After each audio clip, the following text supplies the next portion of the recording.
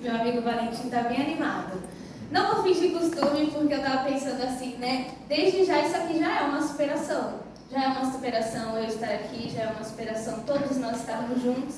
Então, isso aqui também é novo para mim, mas é para vocês já verem e perceberem que a gente pode chegar lá e pode chegar em lugares que a gente nem imagina, né? Eu também não imaginava que eu estaria aqui, podendo ser inspiração para outras pessoas. Então, essa já é a Maiara, que chega falando assim. E uma coisa que eu gosto muito é de humildade. Eu prezo pela humildade, então, assim como eu sou humilde, eu inspiro e também desejo que as pessoas sejam, porque nós precisamos de humildade para viver um com o outro, né? Para começar, quem aqui me conhece? Eu não conheço. Temos pessoas aqui que já me conhecem, que são pessoas que me apoiam, meus amigos, minha família, pais de amigos. E tem pessoas que vão me conhecer hoje. Então, antes de tudo, eu vou me apresentar, né? Meu nome é Maiara Blanco. Tem Lício Blanco, mas meu nome é Maiara Blanco. E eu vou contar um pouquinho de mim sobre a minha montanha-russa, né? Porque eu falo que minha vida às vezes parece uma montanha-russa. Eu tenho 24 anos, eu sou cristã. Há pouco tempo eu me tornei líder de adolescentes, que eu falo que foi a melhor e maior loucura que eu já aceitei na minha vida. Eu me considero autêntica, dinâmica. Eu sou apaixonada por crianças, né, Valentim? Sou apaixonada por crianças. A minha formação, eu sou formada em comércio exterior, mas eu não exerço, eu já trabalhei na área, mas não foi para isso que o meu coração voltou de vez, né? Então voltou para Libras, eu sou professora e intérprete de Libras, e hoje é isso que eu faço, fora vários outros hobbies aí que eu faço. Se precisar fazer cabelo, eu tô lá fazendo cabelo, fazendo qualquer coisa. Eu tenho vários hobbies, então eu não tenho uma profissão fechada assim, mas eu faço várias outras coisas. Mas o principal é como intérprete e professora de Libras. Minha família, gente, vou contar pra vocês o porquê que eu coloquei. Já fomos em 5, hoje somos em 4, né? Nossa família era formada por 5 pessoas. Eu costumava falar assim: eu tenho um número de família perfeito que cabe num carro. Nem carro a gente tinha. Mas eu tinha isso em mente, eu tinha isso na minha mente, né? E essa era a minha família. Só que o meu pai ele faleceu quando eu tinha 13 anos. Então, desde os 13, a minha mãe cria eu e meus irmãos sozinha, né? E o meu pai ele faleceu de diabetes. Meu pai era uma pessoa muito legal, eu sempre gosto de falar todas as coisas boas, por mais que ele também teve suas escolhas ruins também, que acabaram levando ele a isso. Mas hoje somos em 4, na minha casa é eu, meu irmão que está ali no fundo, o meu outro irmão não está, e a minha mãe aqui na frente. Então, essa é a nossa família hoje, eles me apoiam em tudo. Quem tem irmão sabe, né? Eles são terríveis, mas eles me apoiam em tudo. E a minha mãe também, que é a principal. Eu costumo falar que ela é a gerente da minha vida, do projeto. Próximo, gente. A minha mãe, vou falar só da minha mãe agora. Eu falo que ela é a minha inspiração, por mais que às vezes minha mãe fica assim, faz, eu não sou a senhora.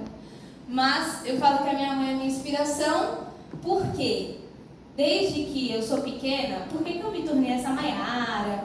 Essa Maiara que gosta de ações, gosta de população, gosta de solidariedade, tudo isso, porque eu sempre vi minha mãe fazendo e falando. Desde que eu sou pequena, minha mãe sempre ia para as comunidades, sempre fazia evangelismo, sempre fazia ações em todos os lugares, sempre estava buscando isso. Pode passar.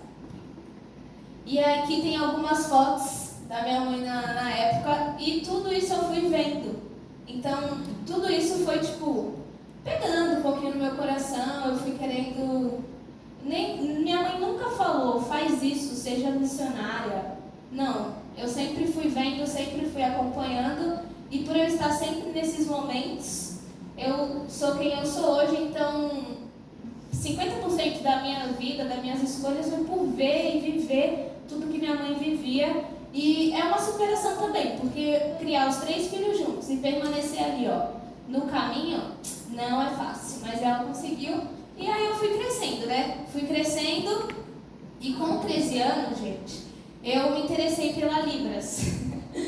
Tem uma amiga aqui que está lá atrás, que foi quando eu comecei um curso, né, com 16, assim.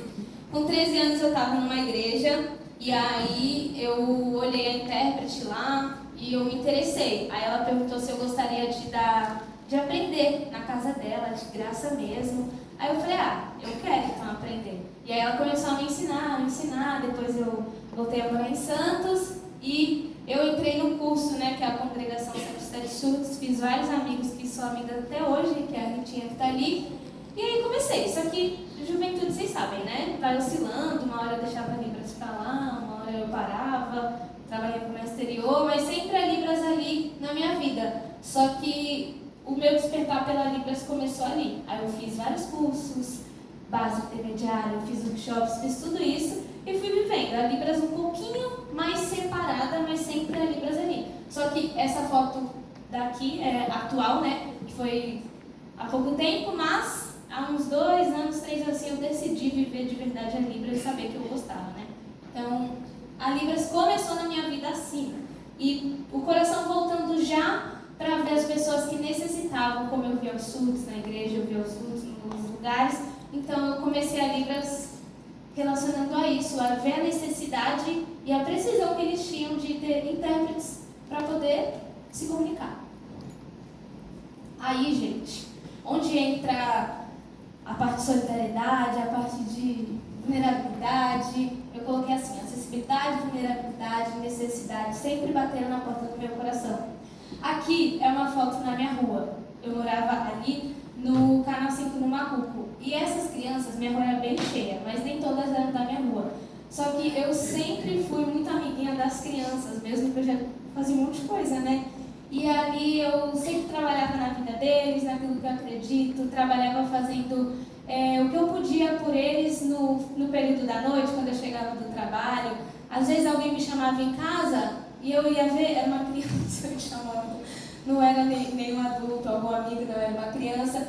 E ali eu ensinava Libras na rua mesmo, eu não tinha ainda nada concreto, nada pensado, eu imprimia umas folhas e eu ensinava Libras para eles na rua, eu fazia piquenique em casa, então eu ajudava no que eu podia, dava o que eu podia, às vezes dava R$2, R$3 ali para eles fazerem alguma coisa. Então, minha vida sempre foi assim, eu passava tempo, ali eles saindo da escola, não era, comprei sorvete pra gente, aí eu sentava, mas eu não via só o sorvete, eu via a atenção, eu via o que eles precisavam, coisas que eles me contavam, que eu era uma pessoa ali que eles confiavam, às vezes já eram grandinho, mas queriam estar ali conversando. Então, nunca foi uma perda de tempo para mim passar tempo com quem precisava, né? Então, minha vida diária já era isso.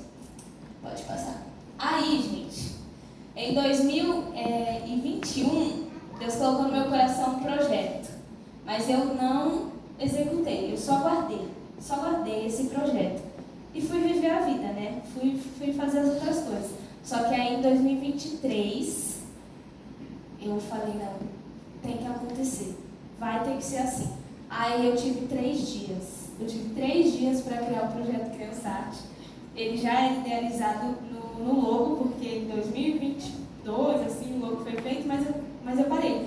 Então, em 2023 eu falei, vamos criar. Já tinha Instagram, aí o Lucas me ajudou. Eu falei do Lucas, gente? Não. Mas ele estava ali na foto, né? O Lucas que está fazendo foto é o meu namorado.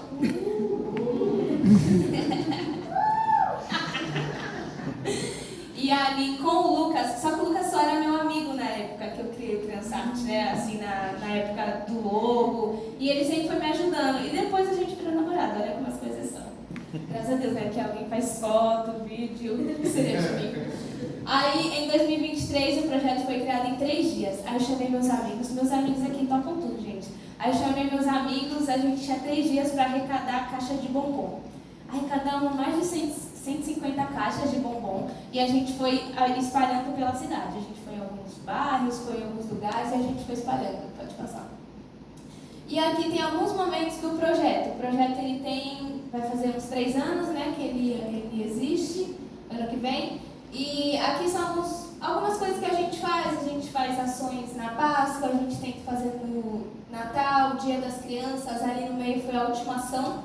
A gente foi lá para o Morro São Bento, junto com o Projeto Esperança para o Bairro. Então a gente se juntou e fez uma ação ali para as crianças do morro. São Bento não.